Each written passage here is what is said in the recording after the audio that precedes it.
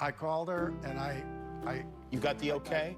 I totally begged her to let us. She was kind of unsure what she was doing. Kevin Costner a tout mis en jeu pour le film de ses rêves. Il a hypothéqué sa maison de plage pour le financer. Son comptable l'a supplié de ne pas dépenser 38 millions de dollars de son propre argent. Il n'a pas écouté. Le premier film a été un échec, rapportant moins que ce qu'il avait investi. Maintenant, il a du mal à terminer les autres parties. Il vend des choses et fait circuler de l'argent. Ses amis disent qu'il est en pleine forme. En ce moment, Kevin Costner est pris dans un cauchemar. Et voici ce qui se passe réellement. Kevin Costner est né en 1955 dans une petite ville californienne appelée Linwood. Ses parents n'étaient ni riches ni célèbres. Son père creusait des fossés avant de devenir ouvrier dans les services publics. Sa mère travaillait dans les services sociaux. Une tragédie avait déjà frappé la famille avant même la naissance de Kevin. Son frère cadet est mort à la naissance. Il ne restait plus que Kevin et son frère aîné, Dan.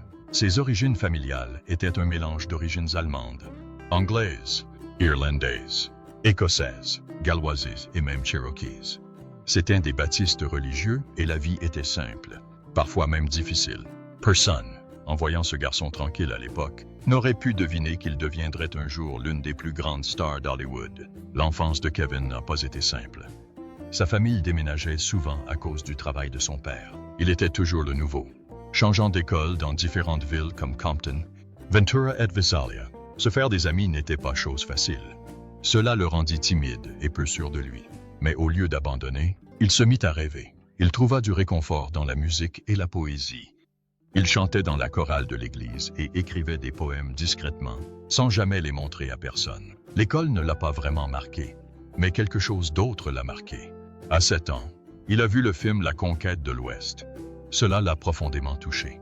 Quelque chose dans cette frontière immense, dans sa brutalité, est resté gravé dans son cœur. Ce film a planté une graine dont il ignorait même qu'elle allait donner naissance aux histoires qu'il donnerait un jour vie à l'écran. Au début, Kevin avait une toute autre inquiétude. À la fin du lycée, il ne mesurait qu'1,70 m. Il était petit et nerveux. Il a un jour demandé à sa mère s'il allait grandir un jour, et elle lui a simplement répondu « Je te jure que tu vas grandir. » Mon chéri, elle avait raison. Au cours des années suivantes, il a grandi de 28 cm et a atteint 1,85 m. Les médecins appellent cela un rattrapage de croissance. Et c'est rare. Mais même avant de devenir si puissant, il était costaud. Il jouait au basketball, au football américain et au baseball au lycée, se mesurant à des élèves beaucoup plus grands. L'un de ses coéquipiers de baseball, Dennis Burt, est même devenu professionnel. Kevin n'est pas devenu une star du sport, mais sa force, sa combativité, ne l'ont jamais quitté. Juste après avoir obtenu son diplôme en 1973, Kevin a fait quelque chose d'audacieux. Obsédé par l'expédition de Lewis et Clark, il décida de suivre leur itinéraire. Il construisit un canoë à la main. Ce n'était pas joli, mais ça fonctionnait. Il l'a chargé dans un camion cabossé et a pris la route seul. Il a sillonné les rivières et campé dans des endroits sauvages, glissant « Enterre mon cœur à Wounded Knee sous les étoiles ». Ce livre l'a bouleversé. Ce livre racontait la douloureuse réalité des souffrances endurées par les Amérindiens et il l'a marqué. Nuit après nuit, il pleurait en le lisant. Ce voyage n'était pas seulement une question d'histoire. Cela a changé sa vision du monde. Cela a façonné sa façon de raconter des histoires à l'avenir, notamment dans des films comme Danse avec les loups. Cet été-là a fait de lui quelqu'un qui se souciait profondément du passé et qui souhaitait donner la parole à ceux qui avaient été réduits au silence. Quelques années plus tard, un événement que la plupart des gens auraient eu du mal à croire, à moins d'être inscrit dans un scénario de film, se produisit. En 1978, Kevin venait de se marier et revenait du Mexique avec sa nouvelle épouse. À bord de ce même vol se trouvait Richard Burton, l'un des plus grands acteurs de tous les temps. Burton avait réservé toutes les places autour de lui, mais Kevin s'approcha, attendit tranquillement et demanda s'il pouvait parler un instant. Quand Burton ouvrit les yeux, Kevin lui dit quelque chose qu'il n'avait même pas dit à sa femme. Il voulait jouer la comédie, mais pas une vie pleine de drames. Burton le regarda et dit « Tu as les yeux verts. »« J'ai les yeux verts. Je pense que tu iras bien. » Ce bref et étrange moment est resté gravé dans la mémoire de Kevin. À l'atterrissage, la limousine de Burton s'est arrêtée à côté de Kevin et de sa femme, qui attendaient un bus pas cher. Burton a baissé la vitre et lui a dit « Bonne chance. » Et voilà. Ce moment a tout changé.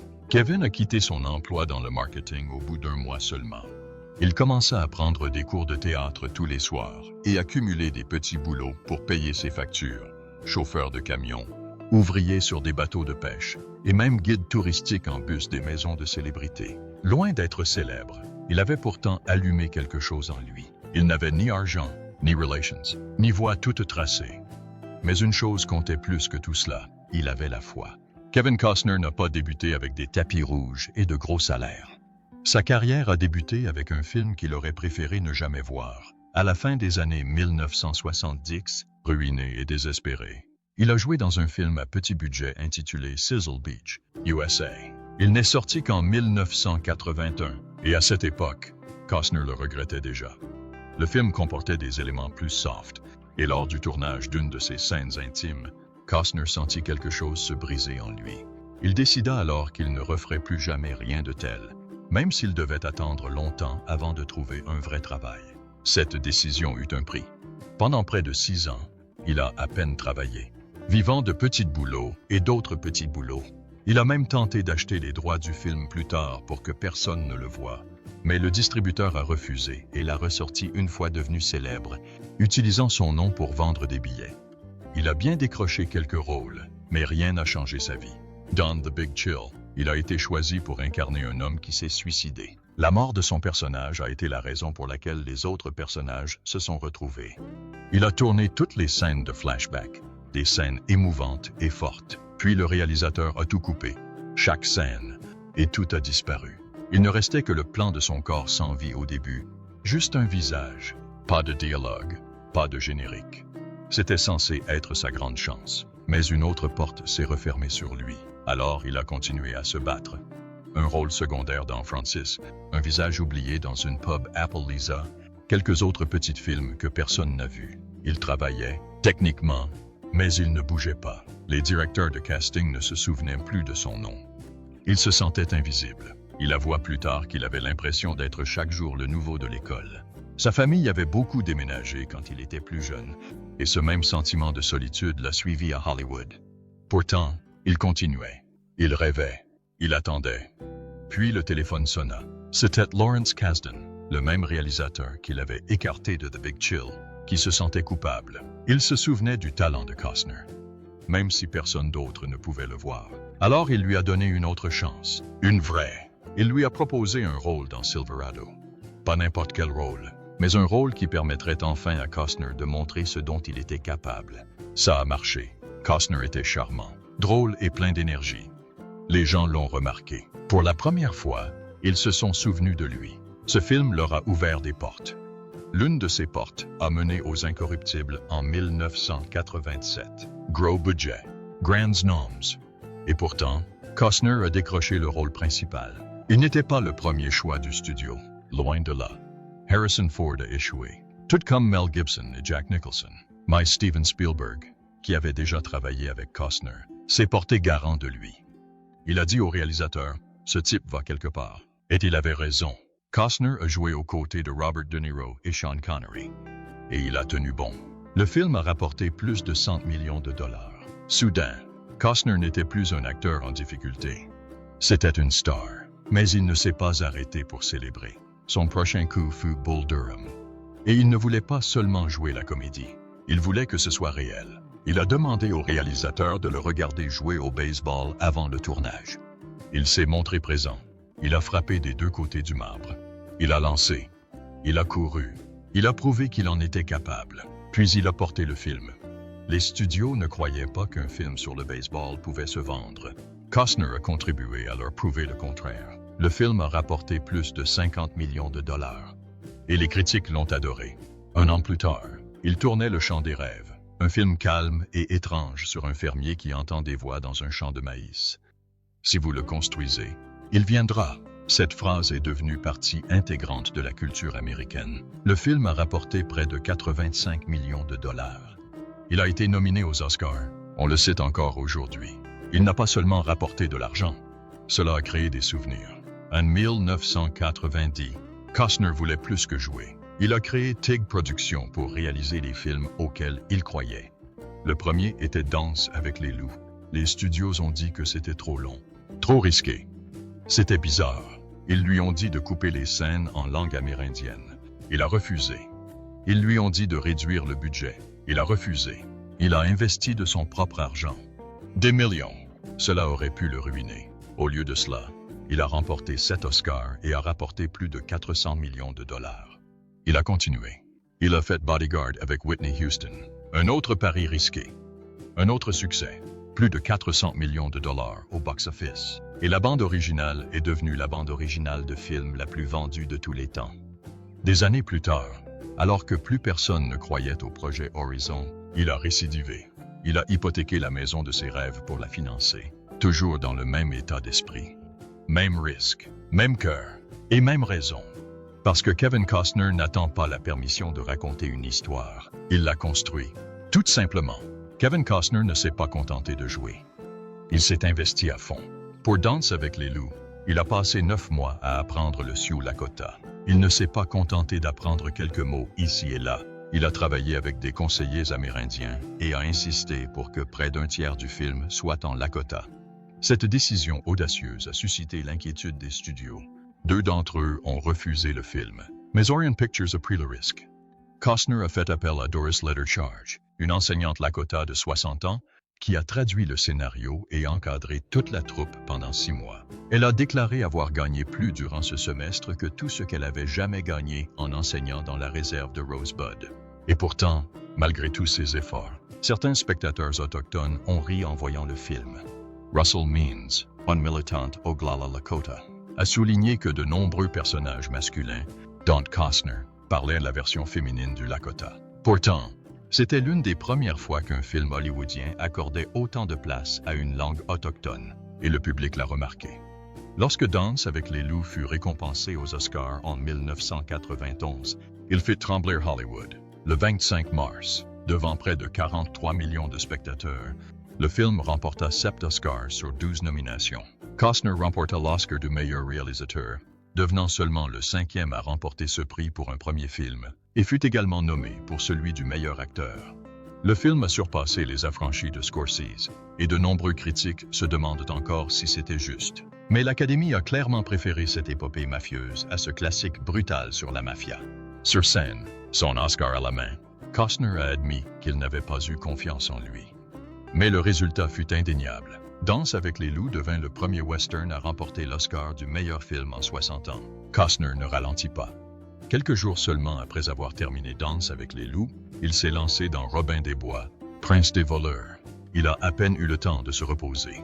Le planning était si serré qu'il a fait l'impasse sur les doublures et a réalisé la plupart des scènes lui-même.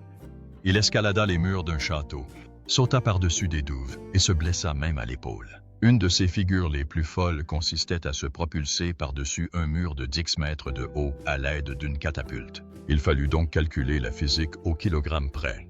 Il a fallu environ 5,0 kg de force pour réussir. Un jour, sur un plateau en France, un cascadeur a proposé d'aller chercher des champignons magiques entre 2 prises. Costner a ri, d'autant plus qu'ils avaient une scène de combat à l'épée à venir. « Nick, tu as mangé des champignons? On va manier l'épée dans 1 heure, dit-il. Pendant ce temps, les avions continuaient de vrombir au-dessus de nos têtes depuis l'aéroport de Heathrow, ruinant les prises et les obligeant à refaire encore et encore les ascensions épuisantes du château. Puis vint JFK. Ce n'était pas un simple rôle, c'était une bataille. Costner jouait Jim Garrison, le procureur de la Nouvelle-Orléans, convaincu d'un complot derrière la mort de Kennedy. Le réalisateur Oliver Stone n'y est pas allé par 4 chemins. Le film suggérait que la CIA, les FBI, l'armée et même le vice-président auraient pu être impliqués. Il a provoqué une tempête de critiques des mois avant même sa sortie. Les journalistes, les historiens et les responsables gouvernementaux ont qualifié cette expérience de dangereuse. Mais Costner n'a pas cédé. Il a déclaré au magazine Time que le simple fait de poser ces questions était libérateur. Tout débat sur ce qui pourrait être la vérité ne peut que nous rendre plus libres, a-t-il déclaré. Son spectacle n'avait pas pour but de donner raison à Garrison. Il s'agissait plutôt de faire en sorte que le public le prenne au sérieux. Et ça a marché. Après la sortie du film en décembre 1991, le gouvernement américain a voté une loi en 1992 autorisant la divulgation publique des dossiers secrets sur l'assassinat de JFK. Mais la décision la plus judicieuse de la carrière de Costner est peut-être celle de 1992 avec Bodyguard. Il aurait pu toucher un chèque de 10 millions de dollars d'avance. Au lieu de cela, il a misé sur le succès du film et a demandé un pourcentage des bénéfices. Il a également attendu une année entière que l'emploi du temps de Whitney Houston se libère, sachant qu'elle était parfaite pour le rôle. Et il avait raison. Le film est sorti le 25 novembre 1992, le même jour qu'Aladdin de Disney, et a engrangé 6,6 millions de dollars dès son premier week-end. Il a ensuite généré 410,9 millions de dollars de recettes mondiales. Au Japon seulement, le film a rapporté plus de 21 millions de dollars et est devenu le plus gros succès de Warner Bros.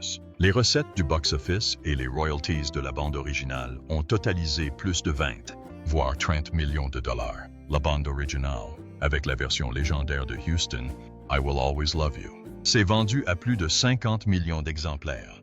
Il a remporté le Grammy Award de l'album de l'année. Le pari de Costner avait été payant, 2 fois, une fois en termes financiers, une fois en termes d'héritage. Kevin Costner était autrefois une figure emblématique d'Hollywood. Mais en 1994, tout a commencé à s'effondrer. Tout a commencé avec Waterworld, un film qui aurait dû être son grand succès. Au lieu de cela a viré au cauchemar. Un ouragan a frappé le plateau hawaïen en plein tournage, plus qu'une simple pluie. Il a détruit un décor flottant d'une valeur de 5 millions de dollars.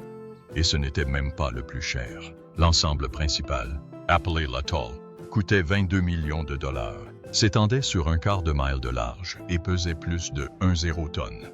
Ils ont dû faire venir de l'acier de Californie, car Hawaï en manquait.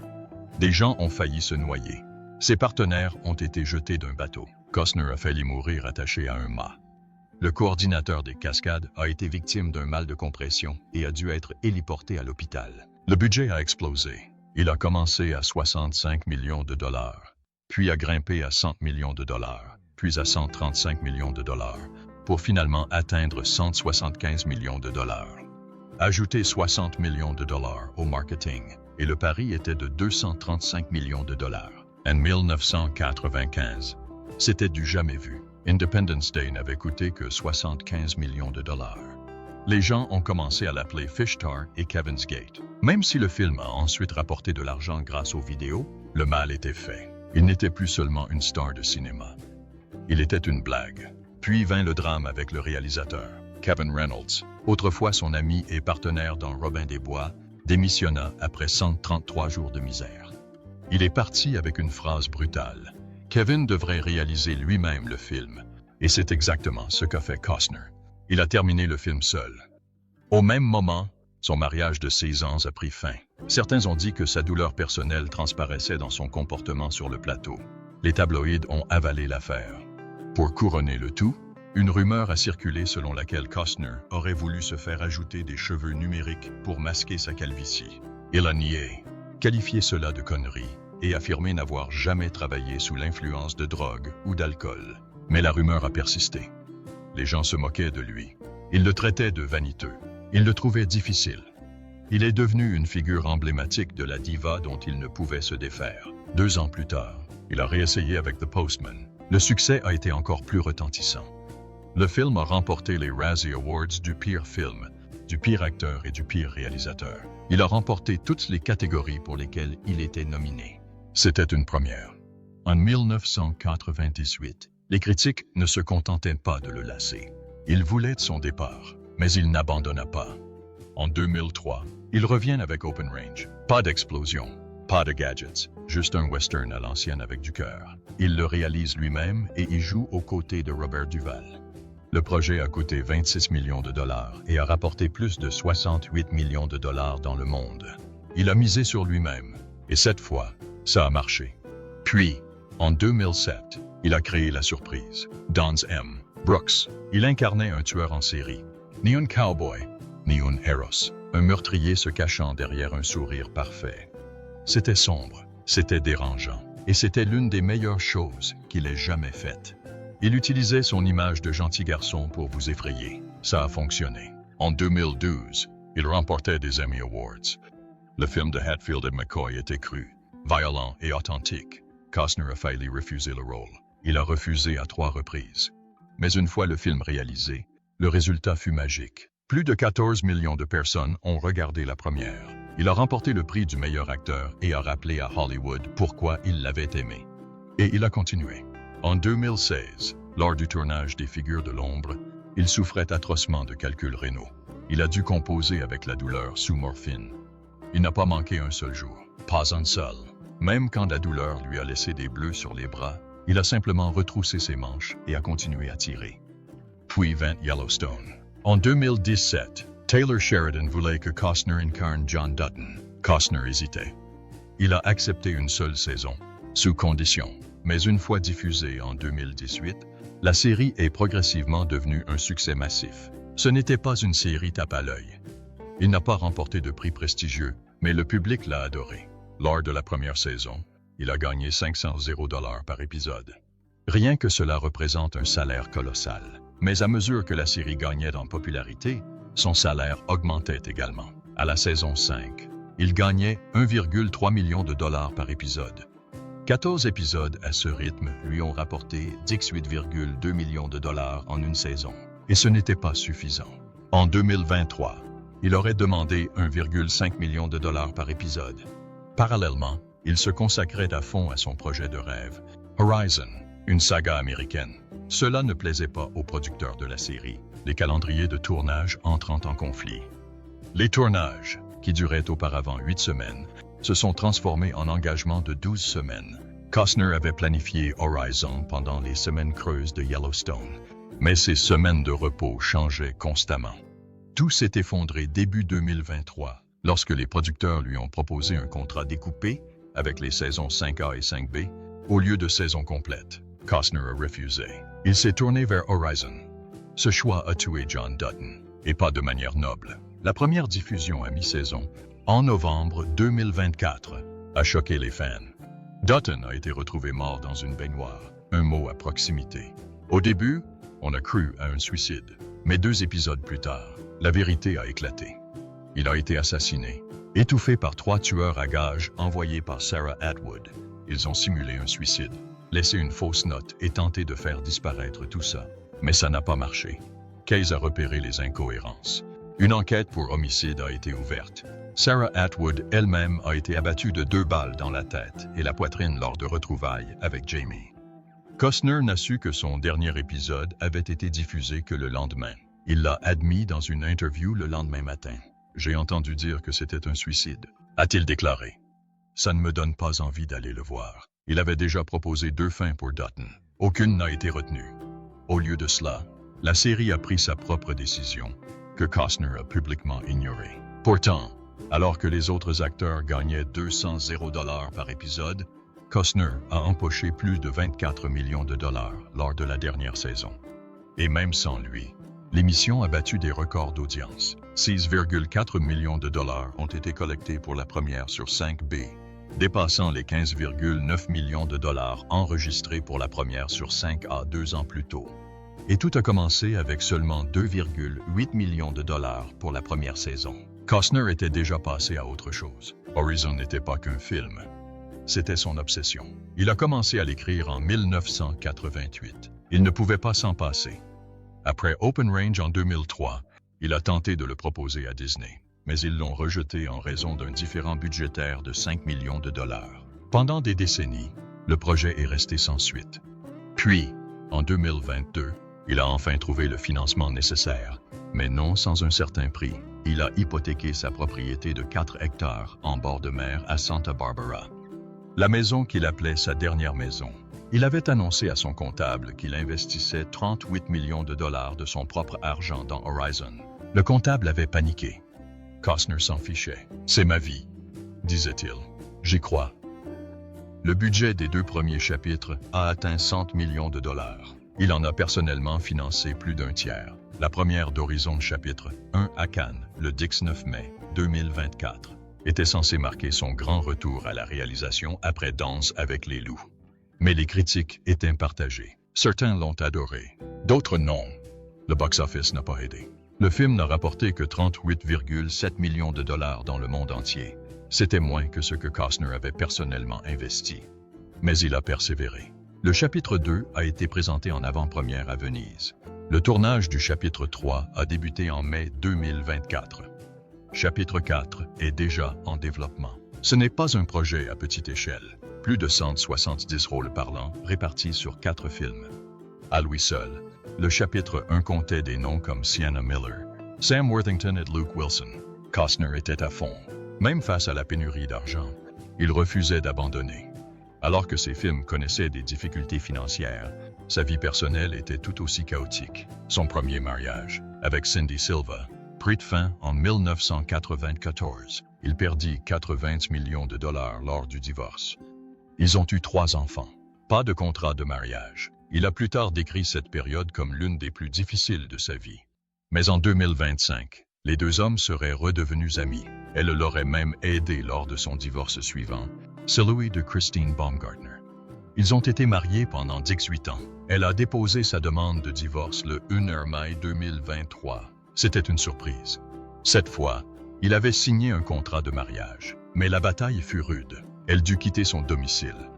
Il versait 63,209 $ par mois de pension alimentaire. Début 2025, elle s'est fiancée à un ancien ami de Costner, Josh Connor. Des rumeurs ont circulé selon lesquelles Costner prévoyait de renégocier le contrat après son remariage. Et puis, il y a eu les rumeurs sur Yellowstone. Juste après le divorce, des histoires insensées ont commencé à circuler.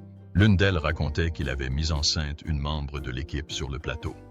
Un autre a affirmé qu'il avait manqué le tournage. Son équipe a qualifié cela de absurde. Pourtant, les rumeurs ont persisté.